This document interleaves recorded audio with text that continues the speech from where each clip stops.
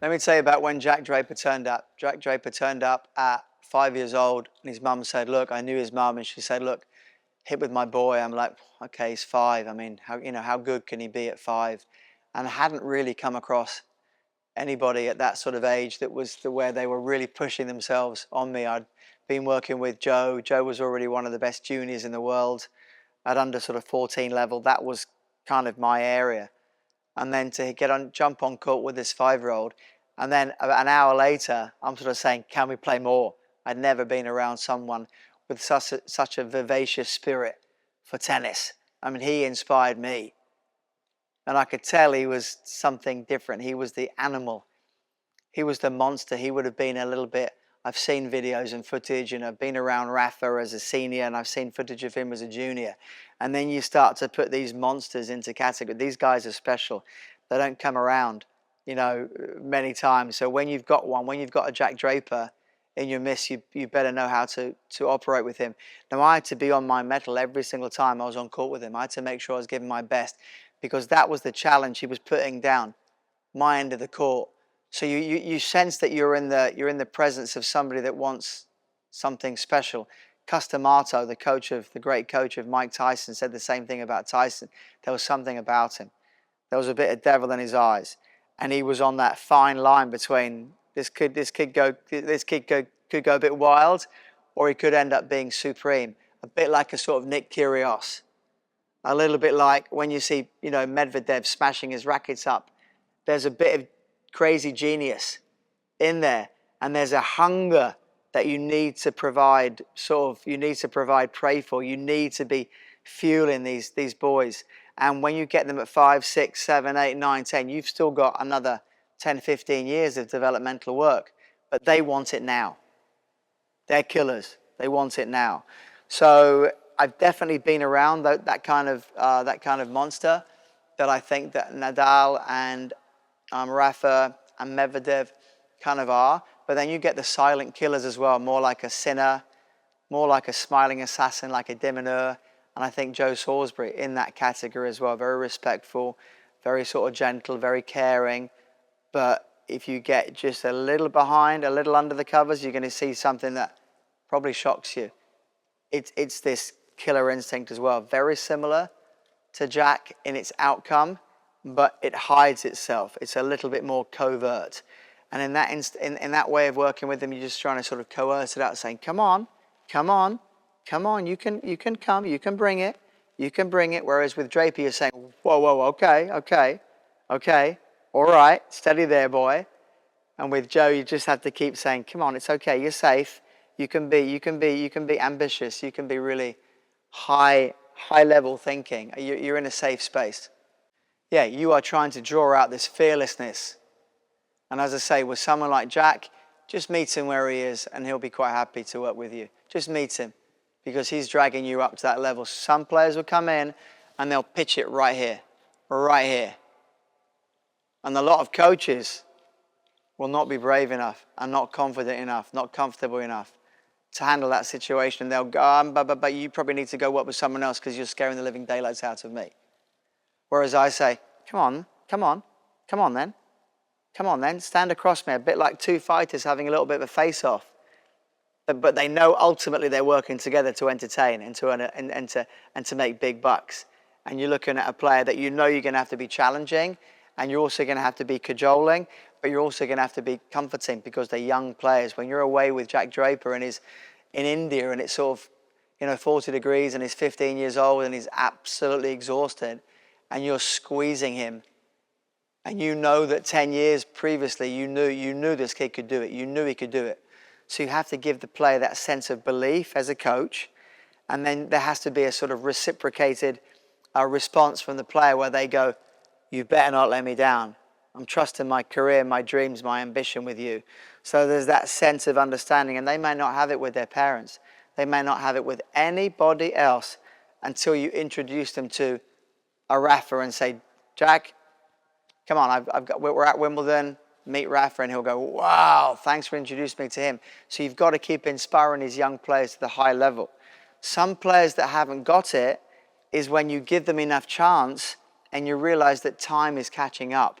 There are players I say it a lot in my lessons, I say, mate, you need to bring it now. Now. Something that we talk about a lot is, well done, you can do it. You can sing in your bedroom, you can sing in front of your family. What you can do when you get on stage and you've got 5,000 people in front of you saying, come on, I paid for this. Entertain me. Because these players have to be entertainers. They're going to have to be what we call performers. When it's time to click the switch, it's time to go. So you're always looking for that possibility, that potential. And as I say, sometimes a little bit quieter. Here we go, let's push hard on that one and get that rat to much better finish with the racket head. Well done. Get it above your head. That high spin, that is phenomenal. Love that. Look at the way you're getting back as well. Come on, mate. Up. Racket above your head. Don't be shy. Send it high. Don't be shy. Send it high and fast. Mate, absolutely love these. Give me one more. Come on, come on, come on. That's the tough one. That's one heck of a shot. That is how you do it. That is how you respond. We talk very quickly in a couple of minutes about the racket work, not the footwork. Other players, it might have been the footwork, but not this guy. He can move great. And he gets behind the ball. He gets his right leg behind that. But I don't need to talk about too much. He was just curling the racket over the top of the ball, and it was stopping him from having the effect that he wanted to have down the other end. And little things, as a coach, think on the fly. You know, nice and high, don't be shy. Just make it up. Something that's going to stick with him for the next week. Is going to go home and tell his dad, what'd you do today? Something about high and don't be shy. Oh, tell me the story. Oh, getting myself out of trouble when I'm in deep, deep trouble. Okay, brilliant. We've got to teach a little bit different to these guys because we're trying to etch things on their soul. The time I spent with Johanna Konta, she was always questioning herself. And then she found a way to quieten that voice, and you have to be there to support and to let her establish the beginning of that performer journey for her. And that happened quite late for her, at sort of 20 years old. I worked with her around that age. So now you sort of rewind it back to 10, and you realize that you just need to be patient, and really it can come at any stage, but it does need to come from them. So if there's a spark, that's great. But if you can sort of fan the flame and try and get it growing a little bit, you do your best. Because you're going to have to defend a little bit next ball. We're playing Carlos. Give me a bit more speed at contact. Bit more speed at contact. That's it. Good boy. Great work. Well done. I think the influences that any coach has had, any successful coach, will say that they're absolutely paramount. I mean, if I'm going to be grateful to anybody every day, it's going to be the people that have inspired me to do this. Goodness knows where it comes from. My parents didn't play tennis.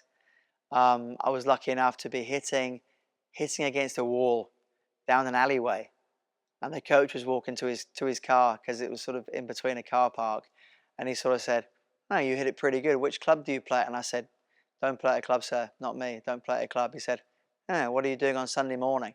And I'm going, sort of like, "What you got in mind?" So I run a club around the corner. I'm like, "Yeah, okay."